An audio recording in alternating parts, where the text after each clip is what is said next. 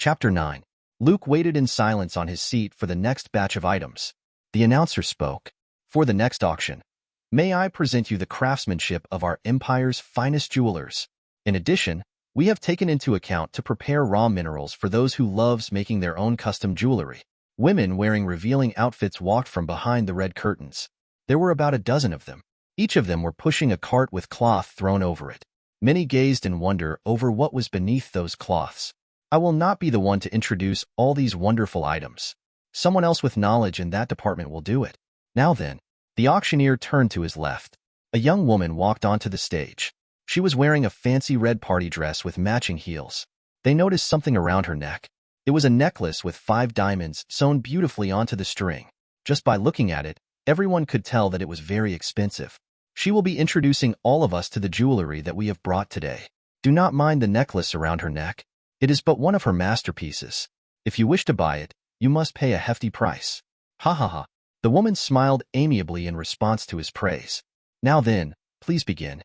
She nodded and gestured for them to pull off the cloth. Many of the audience were astounded by the variety of items before them. Luke did not care for them even as the women explained what each of them was. Instead, he focused his attention on finding the crystals Arnold mentioned. Is that it? He could see small shards of red pieces lying next to the other jewelry. It seemed like nothing at first, but then he saw that they were the crystals Arnold spoke of.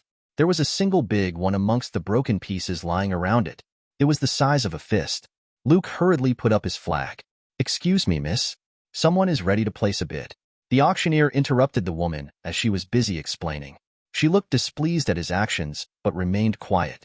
I would like to bid that red rock on the table there. This? The announcer pointed towards it. Luke shouted. Yes, that one. How much is it? Would you reconsider?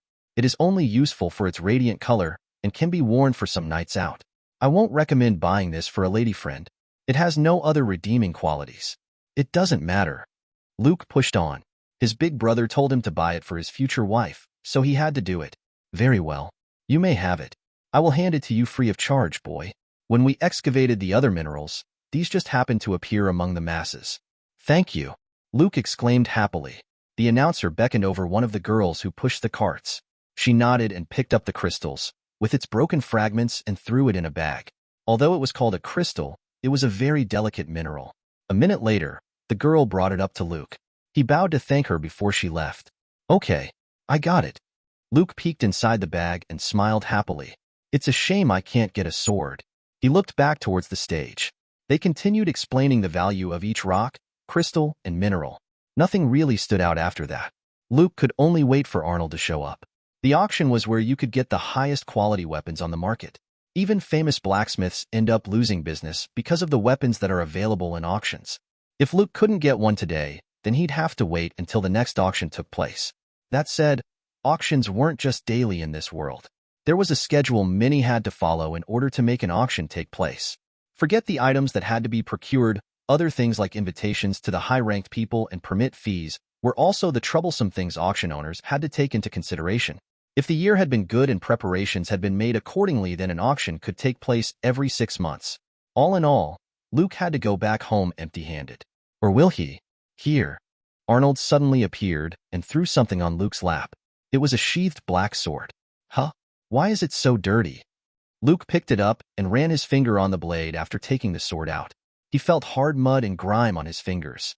Doesn't matter. We finished what we came here to do. Let's go. Arnold was busy wiping his hands with a handkerchief. There was blood on his knuckles. Luke noticed that and pointed. Did something happen? Let's just say the person I got it from was very cooperative after a while of persuading, Arnold said with nonchalance. His eyes were still motionless and unwavering. Luke thought it was scary how Arnold could beat someone up without batting an eye, but he didn't voice his thoughts. He stood up and carried the sword and the bag with the crystals inside. Arnold nodded in satisfaction when he looked inside the bag. We're good to go. The two of them exited the mansion where the auction was held and walked down the stairs. Luke could see even more coaches outside than this morning when they arrived. Countless people dressed in fancy clothing approached the auction house. Although they were fancily dressed, the handsome and smartly dressed Arnold looked much better in the clothing and looks department. His sharp jawline, slanted blue eyes, and his tall nose were the ideal features of an attractive man for modern women such as them. The women couldn't keep their eyes off him. He might have been a tyrant, but that wasn't stopping the women from looking at him as if he were prey. Arnold was oblivious to their stares and only looked forward. He caught the scent of bitch in the air at that moment. A tapping of heels neared them. Oh my. If it isn't Arnold von Berkeley. Fancy meeting you here, da. A female's voice called out to the two of them when they were about to cross the street. Were you here to make another scene with one of your drinking antics? Arnold groaned when he saw the young woman who called out to him. Grace Cialis Lewan. Arnold said with an unpleasant expression on his face. She smiled as she looked at him. For a split second, her expression changed when she saw Luke before she regained her composure again. That was an odd reaction, thought Arnold. Behind this Grace girl were two very muscular demi-humans. Both were from the Tigerkin tribe, absolute warriors as they were called. Their large frames told all who looked not to mess with them. Arnold? It's seriously you? Did you come to buy a pleasure slave? Another voice said in surprise. That said, he was screaming in Arnold's ear. He had blonde hair, golden eyes, and wore an imperial uniform for royalty. He was Iulius Alpedangorus Eulia. It was the damned brother of his childhood friend, Olivia Vatilaciria Julia. Arnold thought that the two of them showing up at the same time was not some mere coincidence. How's it going, bro? Jurius put his arm around Arnold's neck. He sighed in his mind. I hate these two the most. Grace was the eldest daughter of a vassal of their family and was Jurius' fiancée. They had been described in the game to be the cannon fodder who foiled all the protagonists' plans. Jurius was the youngest prince of the imperial family. He had 3 older brothers. 2 were in the military while the eldest, crown prince, was handling affairs in another nation. He was also a swordsman like Arnold. His estimated power was measured to be 3rd star. Grace had been married to Jurius for political reasons, so not much love existed between the two. However, both enjoyed taunting others just for the heck of it. Arnold was always their primary target. Being of royalty, Jurius taunted and bullied Arnold since the latter couldn't do anything in retaliation. That had been the case until the present anyway. So, Jurius looked Arnold up and down with a smirk on his face. I hear Olivia hates your guts? What did you do, big man? Perhaps she is too disgusted to be in the company of Sir Arnold. He is known as a womanizer after all. Poor girl, must be scared he'll sink his claws into her maids next. Grace said with a hint of mockery and flicked her drilled golden locks. She flipped her fan and looked at Arnold amusedly. Say, Sir Arnold, I heard you were suspended from the household, and this boy is your replacement. Could that be true? Her revelation shocked the people who crowded around them. Most of the nobles hadn't gone in yet, and decided to stay outside and observe what was about to unfold. Wherever Arnold went, a scene would always ensue. Pray tell, where did you hear that? Arnold asked calmly. His eyes were still looking at Grace. He could care less about the people surrounding them. Only Luke seemed uncomfortable. I might have heard of it from one of your servants, Grace said with a bright smile. Oh, but to think even the Duke doesn't acknowledge his own son. How tragic indeed. Jurius said with fake pity. The people began whispering. All of them expressed their shock over what they heard. The young heir of the Berkeley family, one of the great nobles of the empire, losing his position was major news. What does it matter if I lost my position of heir? Arnold didn't bat an eye at their mockery. He was still as expressionless as ever. A vein formed on Grace's temple. One could see how pissed she was that their words didn't have any effect on him. Does that not mean that you are incompetent? The people gasped. That is just how I see it. Hee hee. A little birdie told me as well that you'll be forced to go to Whiteedge City. Surely, the Duke isn't sending his son there on the premise of becoming the Lord? I mean, that place is a dump. Anyone would guess that the Duke disowned Arnold and will send him to become the Lord of a ruined city as a sort of guise. They thought that it was to get rid of him. Well, it does look that way, Arnold thought. Seems like it was the right decision to have Olivia stay at the palace. Who knows what kind of danger she'll be placed in if she were there that day. After all, you have a habit of hitting women whenever your anger flares. Didn't one of the servants resign after she was almost assaulted by you? If this were the original Arnold, he would have silently walked away. Even if he was insulted, and even mocked for his obsession with Olivia, he would remain silent. Opposing royalty was equal to becoming a traitor to this nation. However, a big, strong hand gripped Jurius' entire face and lifted him effortlessly. It was Arnold. Jurius' screams were muffled in Arnold's hand. His face was literally being crushed. You know, I'm not very good at teasing or insulting others. I think it's cowardly of doing so. But taking that crap from a guy like you, with no future for your bloodline or this empire, Just irks me to no end. Oh, and one thing. Arnold increased the strength in his hand. Keep Olivia's name out of your mouth, you incest creep. Jurius' eyes widened. Yet another revelation that shocked the crowd.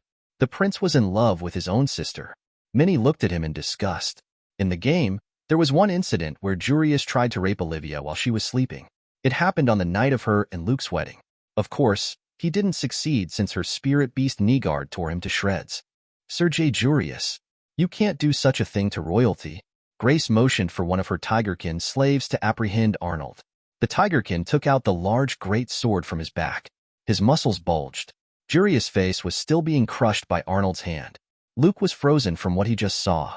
Are you trying to intimidate me with your demi-human lovers? That's cute. Arnold smiled widely and looked at one of the Tigerkin. He was built like a literal mountain. His biceps were as thick as Al's torso.